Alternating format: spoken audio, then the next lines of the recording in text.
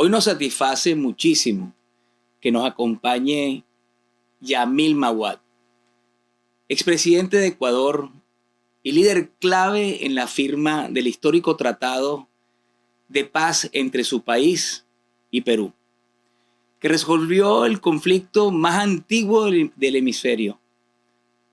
Como lo destacó el presidente Bill Clinton, este tratado resolvió la última y más antigua fuente de conflicto armado internacional del hemisferio. Nominado al Premio Nobel de la Paz 1999, Mahuad también lideró la dolarización de la economía ecuatoriana, una medida que ha sido vital para el crecimiento económico del país en las últimas 2 décadas. Además, es cofundador de la Escuela de Negociación de Harvard, donde enseña liderazgo y negociación a nivel ejecutivo. Un líder visionario cuyo legado trasciende en el tiempo. Bienvenido, presidente. Muchas gracias, Enrique, por una presentación tan generosa. Es un gusto estar aquí y un honor, y por ponerme en tan buena compañía, porque he visto algunos programas con otros invitados, así que estoy totalmente a las órdenes y me complace participar. Yamil, yo creo que una de las cosas que más me ha atraído al conocer tu recorrido de la vida es que ha sido fascinante, porque se trata de una vida llena de retos, de obstáculos, de resiliencia. Y quisiera que nos hablaras un poco de ese recorrido de tu vida que te ha llevado desde ser un destacado abogado, haber sido ministro de Estado, haber sido alcalde de tu país, de Quito, presidente de tu país, hoy un destacado cofundador de la Escuela de Negociación John F. Kennedy de la Universidad de Harvard. Quisiera que nos hablaras de ese recorrido que es tan fascinante. Con el mayor gusto. Hay esta historia que probablemente algunas personas que nos escuchan ya la conocen, del famoso taoísta que era un agricultor en China. La idea es que este agricultor tenía un caballo y cada fin de semana su vecino venía y le decía: tú eres un hombre muy afortunado, un caballo es muy caro, tú eres un hombre rico, eso es bueno, ¿verdad?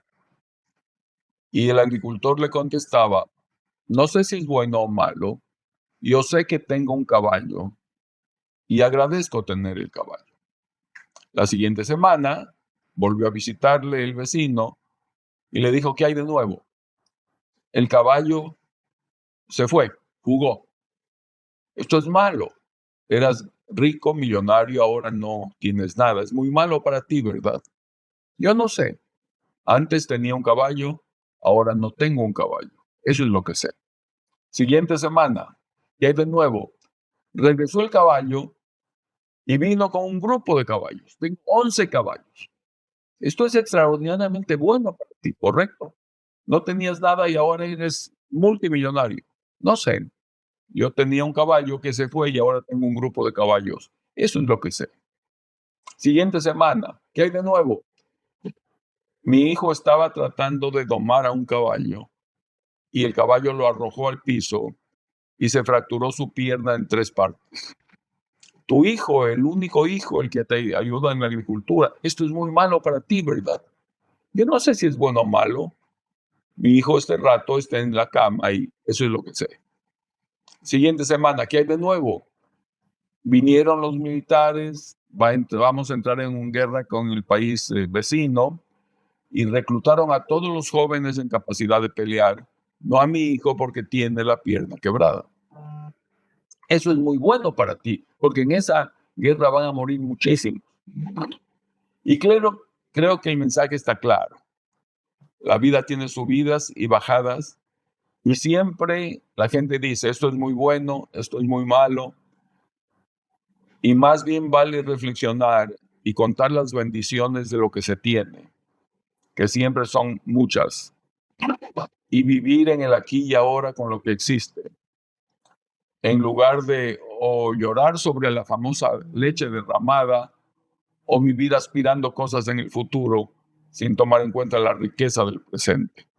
Así que, de alguna manera, en la vida última mía, digamos de 25 o 30 años, yo puedo ver esos altibajos, Enrique, y por eso tengo la convicción de que probablemente en tu vida y seguramente en la vida de todas las personas que están viendo este programa, ellos pueden conectarse con esta anécdota. Sí, sin duda, porque la vida es un sube y baja. Pero también cuando te montas en un caballo, yo que fui jinete hace muchos años, tengo tiempo sin montar, pero cuando tú te montas en un caballo tienes que apretar las piernas para que no te tumbe. Y pienso que tienes una cantidad de situaciones en donde muchos se rinden ante la adversidad y tú has apretado las piernas para poder avanzar. Entonces ese recorrido, por ejemplo, estudiaste en la Universidad Pontificia Católica del Ecuador y allí fuiste líder estudiantil. Cuéntanos un poco de tu vida de estudiante. Bueno, fui presidente de la Federación de Estudiantes de la universidad. Fue la primera elección en la que participé.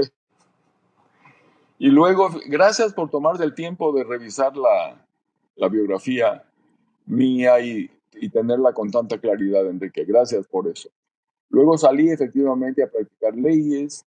Luego acepté una invitación del presidente Osvaldo Hurtado para entrar en el servicio público. Fui su ministro de Trabajo. Era muy joven, tenía 33 años. Y luego participé en elecciones para el Parlamento. Vine a Harvard, saqué la maestría en Administración Pública, regresé y volví a participar en el Parlamento y luego fui alcalde de Quito, 6 años, y luego presidente. Ahora, si tomamos eso en conexión con la historia del campesino taoísta chino, imaginémonos un primer punto. Soy reelecto alcalde de Quito y estoy en el tope de las encuestas para futuro presidente del Ecuador. No era candidato, faltaba tiempo, pero estaba ahí. El vecino diría, eso es muy bueno para ti. Yo no sé si es bueno o malo, pero estoy ahí. Siguiente punto. Voy a Barcelona a una reunión del BID, donde los alcaldes compartíamos nuestras experiencias buenas como administradores municipales. Y en el evento, Enrique, en frente de 600 personas, me da un derrame cerebral realizado en el lado izquierdo. El vecino diría, muy malo para ti. Yo diría, esto es lo que tengo. Un año después, salgo elegido presidente del Ecuador. Muy bueno para ti. Pero salgo elegido en el momento en que la guerra con el Perú era inminente. Muy malo para ti. Y en el momento en que vivimos la peor crisis económica del siglo XX en el Ecuador. Muy malo para ti. Firmo el Tratado de Paz. Muy bueno. Viene el tema de la tormenta perfecta. Muy malo. La economía se convierte en una verdadera paseadilla. Muy malo. Dolarizamos la economía. Muy bueno. Luego viene un golpe de Estado que me derroca como presidente. Muy malo. Me invita a Harvard a venir como fellow acá. Muy bueno. Empieza una persecución política y Correa consigue que los jueces me persigan y me condenan. Muy malo. Y entonces, ¿qué viene en el futuro? Hay una recuperación por los 25 años de la dolarización, 25 años de la paz que tú tuviste la bondad de mencionar. Y entonces el siguiente paso es una gran interrogación. Y en la vida, viviendo en el aquí y ahora y en el presente, yo creo que la obligación de uno es tratar de usar las posibilidades y las habilidades o capacidades de la manera más útil para el servicio a los demás. Esa es el marco en el cual me he movido en la vida y gracias a Dios eso no ha cambiado. Extraordinaria ese símil entre la historia del campesino inicial y ahora tu vida. Ahora, esa vocación de servicio, esa vocación de ayudar a mejorar las condiciones colectivas y también, por qué no decirlo, individuales, nace en qué momento? Y yo creo que básicamente lo que somos viene de nuestra infancia. Y me gusta decir aquello de que nunca olvidemos de dónde venimos, porque muy probablemente hacia el final nos tocará volver allá. Por eso vale la pena recordarlo siempre. Yo tuve una suerte inmensa en la vida. Yo pensé que todas las familias eran iguales, pero he aprendido que no. Pero siempre me sentí amado en mi familia. Y entonces eso me dio una visión amable de las cosas. Y me implantó la idea de que si uno se relaciona con otros seres humanos, es muy fácil la cordialidad, la amistad y dar y recibir buenos sentimientos. Ese es un aspecto. Y el segundo aspecto es mi educación católica. Yo me eduqué mucho con jesuitas en el Colegio San Gabriel y luego en la católica. Y una parábola que me impactó siempre es la parábola de los talentos. La idea de que el padre les entrega a los hijos una cantidad, digamos, de dinero, los talentos, y el primer hijo la guarda porque son tan valiosos que se pueden perder, y el segundo la despilfarra en fiestas, y el tercero la pone a producir. Y cuando uno se pregunta con cuál fue más duro el padre de los tres hijos, y uno asume que va a ser con el segundo, que perdió todo, es más duro con el primero, porque cuando uno recibe talentos, no tiene el derecho de guardarlos para sí. Ese es un mensaje hermoso del cristianismo. Uno tiene la obligación de usarlos para el bien común. Entonces, eso aplicado a cualquier persona en cualquier nivel de la vida es lo que te lleva a realizar lo que realizas. Y analizando, observando, me gusta mucho observar. Yo he encontrado, Enrique, que hay 4 razones por las cuales la gente quiere poder. Sector público o privado, no importa, a cualquier nivel. Uno es el poder por el poder. Hay gente a la que le gusta mandar y demostrar que manda y le encanta que los demás se den cuenta que él o ella es la persona que manda. Segundo, las ventajas que trae el poder. Tiene algunas cosas muy agradables. Es decir, uno suele ser bien tratado, al menos por un tiempo, etcétera, etcétera. Ventajas de tipo material. Tercero, tiene que ver más con lo que tanto animaba a Simón Bolívar, la gloria, la reputación, el pasar a la historia. Y el cuarto es servicio. Y esto lo podemos decir de un abogado, de un médico y también de un político. Somos seres humanos todos. Ahora, yo no creo en ángeles y demonios. Yo creo que todos tenemos esos 4 elementos en nuestra naturaleza, pero en diferentes porcentajes. Y entonces, la forma de nuestra particular combinación de elementos nos hace lo que somos. Y en mi familia, y en la educación que recibí, los 2 últimos eran los más importantes. Los talentos, entendidos como usarlos para servir, y la idea de que la buena reputación, el hacer cosas que la historia reconozca, son una gratificación enorme. Nunca me interesó el poder por el poder, ni las ventajas materiales del poder. Así me definiría yo en esta circunstancia. Hay un personaje, primero que nada, me acabas de recordar que en pasadas conversaciones, recuerdo una conversación con mi padre, que por cierto, te mandó saludos. Y él Gracias. siempre me decía, recuerda que siempre somos 51% buenos y 49% malos. Si tú le prestas atención al 51%, si te enfocas en el 51% bueno, terminará siendo mucho más que ese 51%. Enfócate allí. Ahora, leyendo un poco sobre algunas pasiones tuyas en el campo de lo que significa la democracia, las libertades, etcétera. Tú has definido que de los conceptos más claros de democracia lo dio Abraham Lincoln cuando señala que, que la democracia es del pueblo, con el pueblo y para el pueblo. Y me gusta mucho cómo lo defines. ¿Tú podrías explicarnos esto para que hoy en día que la democracia se encuentra en un momento no estamos en la época de oro de la democracia, pero sin duda que es el mejor sistema posible y hay que rescatarlo? Sí, así es. Esto está en el famoso discurso de Gettysburg, después de la batalla de Gettysburg que dio Abraham Lincoln.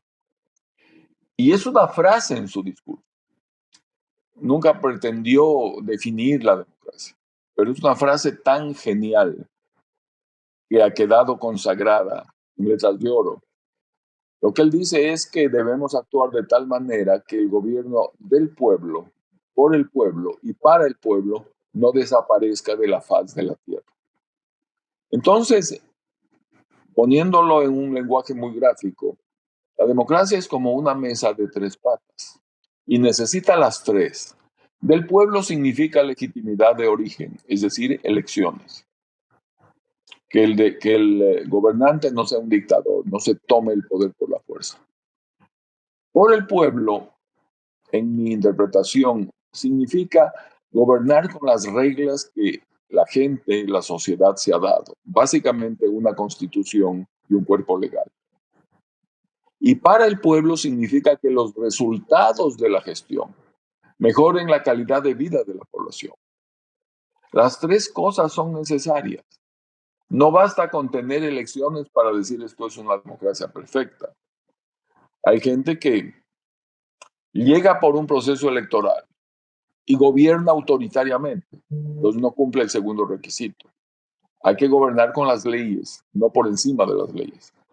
O es elegido, gobierna de acuerdo con las leyes, pero por las circunstancias que son tan complicadas, los resultados no redundan en la mejora de la calidad de vida de la población.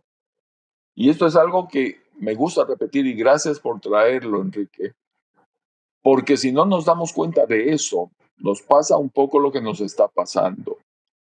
Cuando la gente está ahora con una apreciación tan baja de la democracia, no quieren dictadura, quieren más democracia. Ellos no quieren que venga un dictador y se tome el poder, ellos quieren seguir votando. Ellos no quieren que venga un arbitrario y con su propia voluntad haga y deshaga. Ellos quieren que la Constitución y las leyes prevalezcan, pero quieren una mejor calidad de vida. Ahí es donde la democracia está entregando cosas insuficientes para la expectativa. Y entonces hay que concentrarse en eso. Hay que defender la libertad, defender la democracia y hay que defender cómo llegar a una sociedad más cristiana, más igual, en donde las diferencias de clases y sociales no sean tan grandes, en donde el ingreso se distribuya de manera más equitativa. Y creo que ese es un trabajo en el que tenemos que seguir participando todos. Yo cada vez que voy a un aeropuerto, con esto cierro, cuando voy a un aeropuerto y veo que dicen, pedimos disculpas, estamos construyendo esto para su mejor beneficio en el futuro, yo digo, eso es la democracia. Siempre en construcción, siempre pidiendo disculpas y siempre pensando en hacer las cosas mejor para adelante. Quisiera poner en contexto, a conversar imaginariamente, ese concepto de Abraham Lincoln con la frase de Ortega y Gasset: yo soy yo y mi circunstancia, y unirlo, pegarlo a lo que fue tu vivencia como presidente del Ecuador. ¿Por qué traigo esto a colación? Entiendo que llegas por voluntad popular, el pueblo ecuatoriano te elige. Entiendo, tú después te extiendes porque conoces los detalles, que uno de los primeros informes de inteligencia que recibes señala que están a solo 3 o 4 días de que Perú declare una guerra total para la toma, sobre todo de lugares estratégicos como los puertos, y, y te encuentras con Fujimori en una reunión internacional, creo recordar. Y resulta que ese presidente recién llegado, en 77 días, logra la paz entre ambas naciones que habían tenido un conflicto de casi 2 siglos. Junto con ello, esa es una realidad que estabas enfrentando. Junto con ello estabas enfrentando otra, que era quizás la crisis económica más grave en los últimos 70 años que estaba sufriendo Ecuador. Y había que tomar medidas durísimas. Y por eso estoy uniendo el concepto de Abraham Lincoln de democracia con el concepto de lo que señala Ortega y Gasset de yo soy yo y la circunstancia. Porque la circunstancia te llevó a tomar decisiones porque no te podías quedar parado. Si no decidías, Ecuador se quedaba en el aire. Pero todas estas decisiones llevaron a afectar la democracia por no respetarse la Constitución. Disculpa que te haga unas pinceladas, porque creo bien interesante que nos hable sobre ese hombre, la circunstancia y cómo la democracia tuvo un revés luego de que ese hombre tomó decisiones airosas que muchos no se atreven a tomar.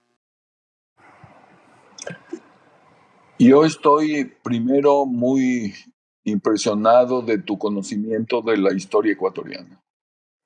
Y algún rato ya después del programa quisiera que me cuentes cómo lo hiciste. Porque la has podido sintetizar con 4 brochazos que capturan lo esencial.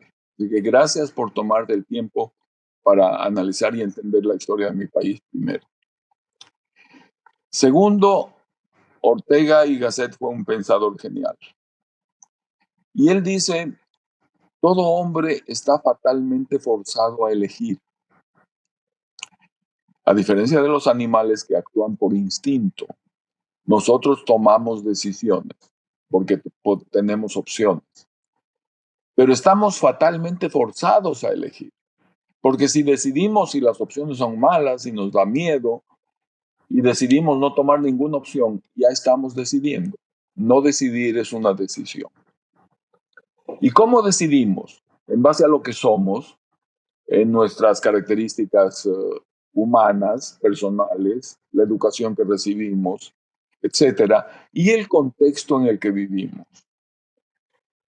No podemos juzgar las acciones de una persona si no consideramos las circunstancias en las que vive.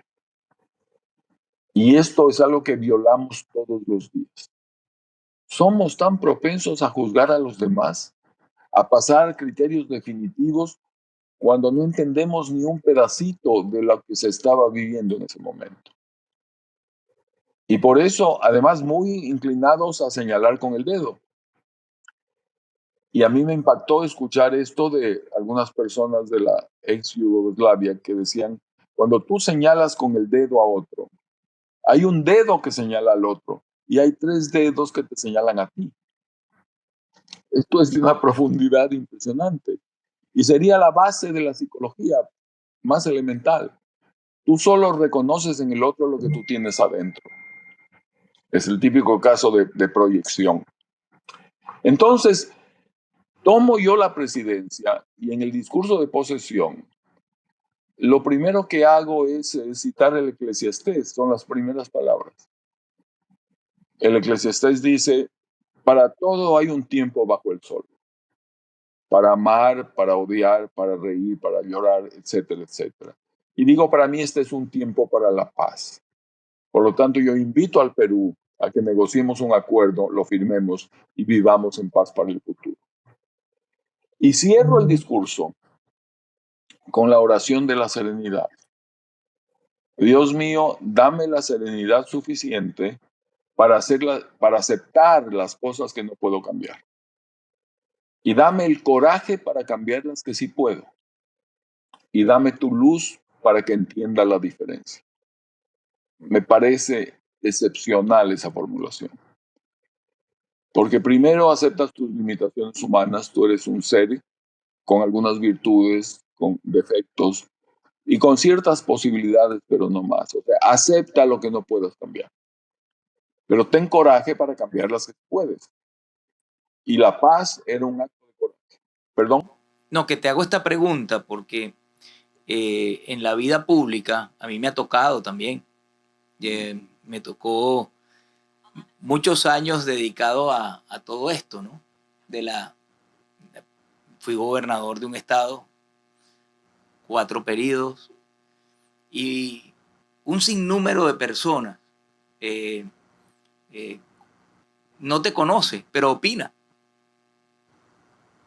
Y Así es. creo que siempre es importante que los ecuatorianos y también quienes van más allá del Ecuador conozcan la circunstancia que enfrentó ese presidente. Y hay que ver lo que significa para un presidente que le diga su equipo de inteligencia: estamos a solo 72 horas de una invasión de otro país. Hay que tomar decisiones. Está quebrando la banca. ¿Cómo vamos a hacer para enfrentar esta situación? Tomar decisiones. Porque es muy fácil criticar. Y como comenzaste hablando de que lo que nos diferencia de los animales y de todos los seres vivientes es que tenemos un cerebro. Y ese cerebro es para pensar, para actuar. Pero muchos, y por eso quizás nos encanta el cuento y nos encanta el chisme, por eso quizás las anécdotas bien valen la pena recordarlas. Porque tú llegas a la presidencia y tenías solo 3 días. Y tienes que sentarte en la mesa, si hablamos en lenguaje de karate, frente a ti estaba un cinta negra, primero, segundo o tercer dan, como presidente del Perú, que tenía 8 años en el ejercicio del poder, que había logrado tumbar la inflación y liquidar a Sendero Luminoso. Y hay que ver lo que significa ese recién electo presidente, la cima que tuvo que enfrentar, negociar con gente que tenía muchos más años en esos cargos y sin embargo con sabiduría irlo manejando. Y en 77 días resolver una situación que durante 2 siglos no se había podido. Entonces, Vuelvo a agradecerte quisiera, por el conocimiento que tienes de mi país. es que quisiera de verdad, Yamil, porque yo soy un gran amante de lo que es la justicia, ser justo. Y a veces la gente no sabe, sino que vive de lo que le dicen. Y si hay alguien que hoy está celebrando los 26 años de paz para el Ecuador y el Perú y haber integrado sus economías, sus pueblos, le ha dado paz a la nación y al mismo tiempo le ha dado paz a su economía, que es a través de la dolarización, ha sido esa gestión que realizaste. Por eso quisiera que ahondaras cuáles fueron las circunstancias, los retos y qué fue lo que te tuviste que jugar para que entonces hoy Ecuador pueda disfrutar de aquellas decisiones que aquel Nobel presidente tuvo que tomar. Con mucho gusto.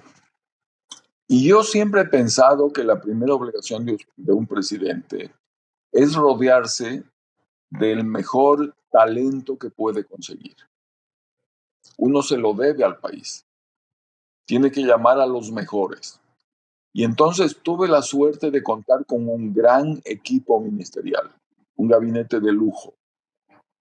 Y en el campo del Ministerio de Relaciones Exteriores, le pedí al mejor diplomático ecuatoriano, que ya era canciller, le pedí que continuara, José Ayala Lazo, que siguiera al frente de la Cancillería.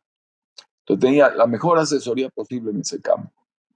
Y un gran ministro de Defensa, general José Gallardo, que había estado al frente de las tropas ecuatorianas en la última guerra. Entonces tenía el mejor general para la guerra y el mejor canciller para la paz. Y yo ofrecí la paz, pero tenía que estar protegido también por el evento de una guerra. Segundo, tuvimos un gran interlocutor, en este caso con el presidente Fujimori, porque la paz solo se hace entre dos países, en este caso, si ambas partes quieren. Entonces, logramos orquestar dentro de cada país los apoyos suficientes para que esto prosperara. Y la logramos firmar en 77 días. Y hasta ahora se gozan de esos triunfos. Toda buena decisión, me parece, Enrique, basado en mi experiencia, tiene 50% de análisis racional. Chequear opciones, ventajas, desventajas, escoger el mejor camino. Y 50% de valentía y de decisión. Hay muchas decisiones muy bien analizadas que nunca se implementan por miedo. O hay decisiones que se implementan sin buen análisis y son un fracaso. A mí me parecía siempre que había que, así como usamos las dos manos, había que usar la parte racional y la parte de voluntad y emocional en una decisión. Y eso fue lo que hicimos. Ahora, ¿en qué consiste el coraje? Esta parte me parece clave porque usamos esa palabra mucho, Enrique. Y cuando era joven, 18 años de edad, leí una historia que me encantó y me aclaró el panorama. Ocurría en la antigua Grecia, en donde los filósofos venían de Atenas y los generales, los militares de Esparta. Y Sócrates, el filósofo, se había dado cuenta que la única manera de enseñar era haciendo preguntas. Porque si con una pregunta uno puede generar una duda pequeña, se abre ahí una ventanita en donde la persona que duda está dispuesta a oír. Porque si no duda, cree que tiene las respuestas para todo. Muchas veces ni siquiera dejamos que termine la pregunta y ya empezamos a contestar. Así de seguros estamos de cuánto sabemos. Y Sócrates le dice al general, ¿en qué consiste el coraje? En coraje como valentía, no como ira. Y el general dice, consiste en ir siempre adelante y no retroceder jamás. Y Sócrates le dice, muy bien, ahora supongamos que usted está comandando a su tropa y entra en un desfiladero y se da cuenta que no tiene salida y además han sido emboscados y van a masacrar a sus soldados. Y la única salida es regresar. ¿Qué haría? Y el general dice, ordenaría la retirada, porque la primera obligación de un general es proteger la vida de su gente. Y Sócrates le dice, lo obvio. Para cumplir con su obligación, usted estaría cometiendo un acto de cobardía, porque coraje es siempre ir adelante. Y entonces, la historia dice que el general se le abalanzó y estuvo a punto de ahorcarlo a Sócrates. Pero Sócrates le dijo, no, un momento, general. Usted está haciendo lo correcto y aquí está la perla de sabiduría. El coraje es la obediencia al sereno juicio. La obediencia al sereno juicio. Entonces, el sereno juicio, además, no es meramente análisis racional. Nosotros tenemos 4 cuerpos, un cuerpo físico, uno racional, uno emocional y uno espiritual. Y la combinación de los 4 cuerpos nos hace quienes somos. Entonces, siempre traté yo en mis funciones y en mis decisiones de presidente de aplicar el sereno juicio. Análisis racional más la voluntad de actuar. En el caso de la paz, los dos países la queríamos, logramos encontrar el camino, construimos sobre lo ya hecho. En lugar de estos presidentes que se creen Adán y que el mundo empieza con ellos, yo hice lo contrario. El país ha construido, ha hecho antes con otros presidentes, yo voy a seguir construyendo. El mundo no empieza conmigo. Y funcionó. En el caso de la dolarización, fue otra situación. Hay dos tipos de nudos, ¿no es cierto? El nudo típico que con habilidad uno lo desata, con paciencia. Y el nudo también de la antigua Grecia, el nudo gordiano. El nudo que cuando uno quiere desatar se ata más, porque está hecho para que funcione así. Y en eso la idea y la leyenda o la realidad, nunca sabremos, es que viene Alejandro Magno y cuando ve el nudo dice, da lo mismo cortar que desatar. Saca la espada, le da un tajo y terminado el problema. Yo llegué a esa conclusión en el caso de la dolarización, porque todos los mecanismos de ajustes de la paridad cambiaria habían sido intentados. Llegamos a un punto en que hiciéramos lo que hiciéramos, se ataba más el nudo y la hiperinflación se venía, etc. Y dije, hay que cambiar de paradigma. Y fue un tajo contra la opinión del Fondo Monetario, del Banco Mundial, de la mayoría de macroeconomistas, de la mayoría de los políticos. Es decir, usando la famosa frase, parafraseando a Churchill, nunca una decisión que benefició a tantos tuvo el apoyo de tan pocos. ¿Ya? Entonces fue un buen análisis porque sigue hasta ahora funcionando y la gente en mi país, más del 90%, no quiere oír de cambiar de moneda. La gente la defiende.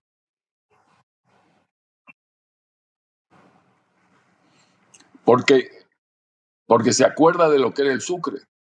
Los jóvenes que no vivieron el Sucre no se dan mucha cuenta de lo que tienen. Pero gracias a que la gente lo defiende, así como la gente defiende la paz, estas dos decisiones se han convertido en políticas de Estado.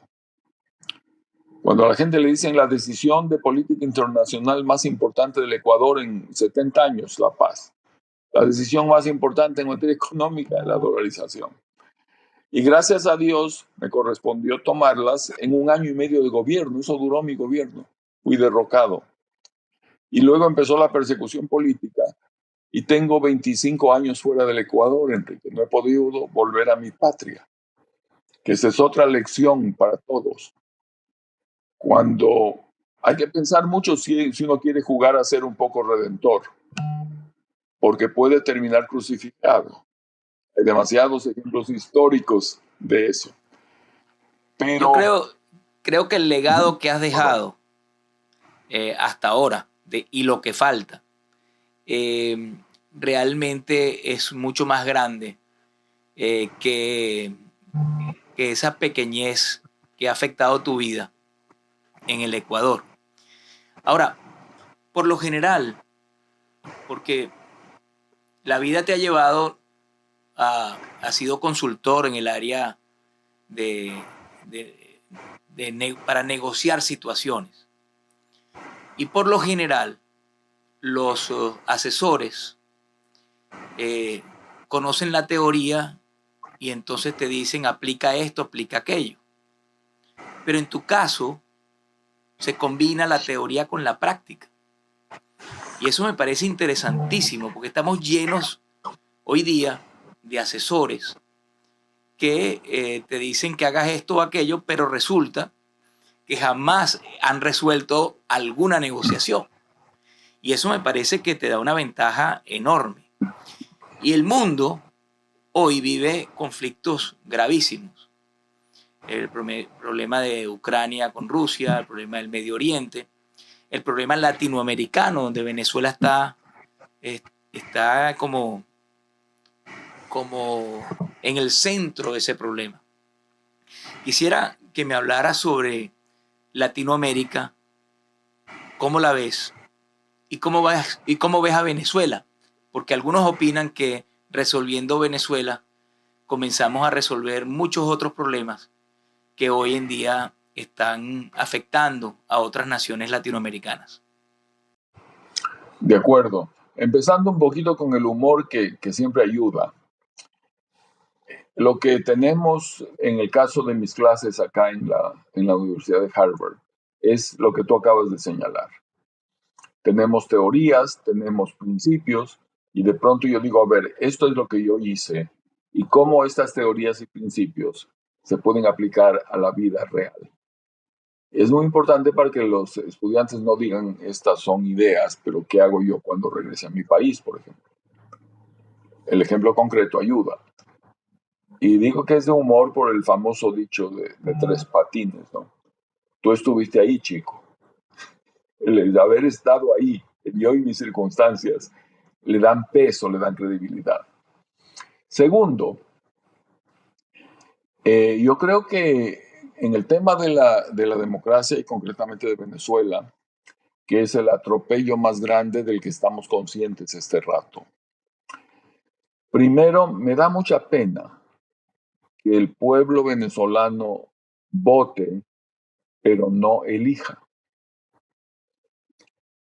Si Edmundo González ganó con 27 puntos la elección, demostrado con las actas.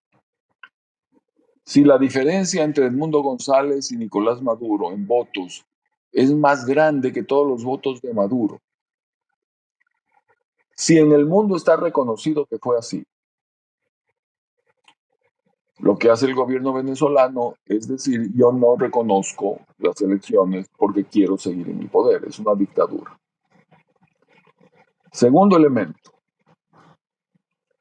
Venezuela es un país tan importante por su riqueza, por su posición geográfica, etcétera, etcétera, que se ha convertido en una pieza clave de la geopolítica mundial.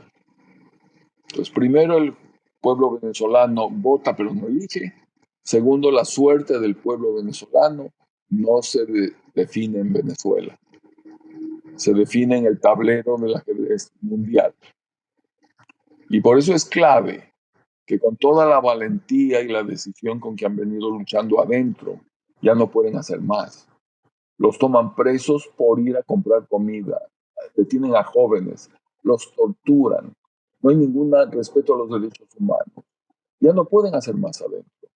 Necesitan un real aporte internacional. Hay decisiones que no se pueden tomar sin apoyo externo. Y ese es el momento en el que estamos en Venezuela ahora. Necesitamos encontrar el mecanismo por el cual la democracia realmente impere. Ese sería mi comentario sobre eso. Y lo grave es que si 27 puntos de diferencia, que es descomunal, no sirven para ganar una elección, porque los comunistas del siglo XXI así lo deciden.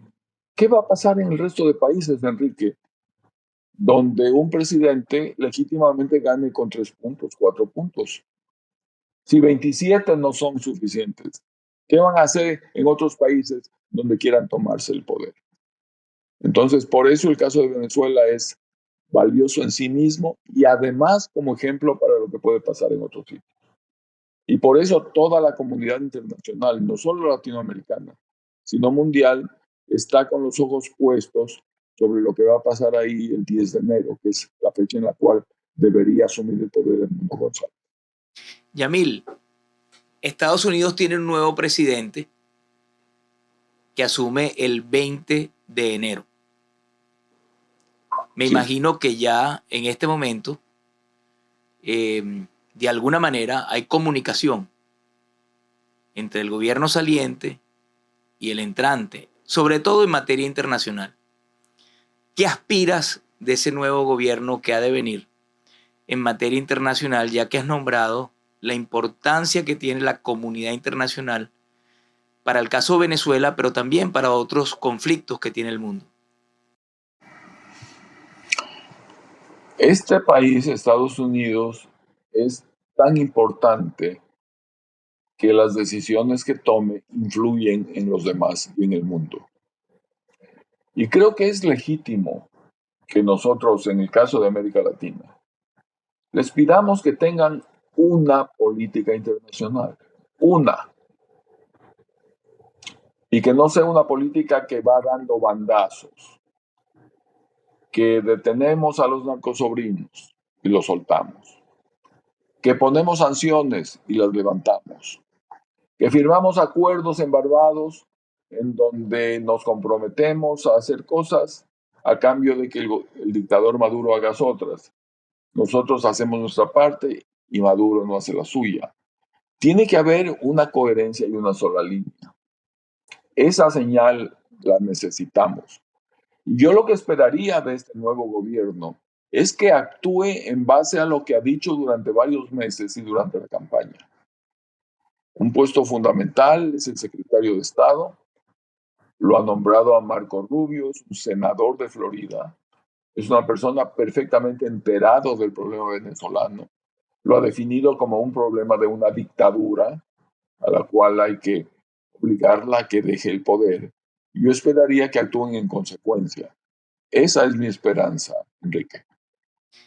Presidente Yamil Mahuad, te agradezco muchísimo esta oportunidad que nos has dado de conocer lo que estuvo detrás de muchas decisiones en el pasado, que hoy están más vigentes que nunca.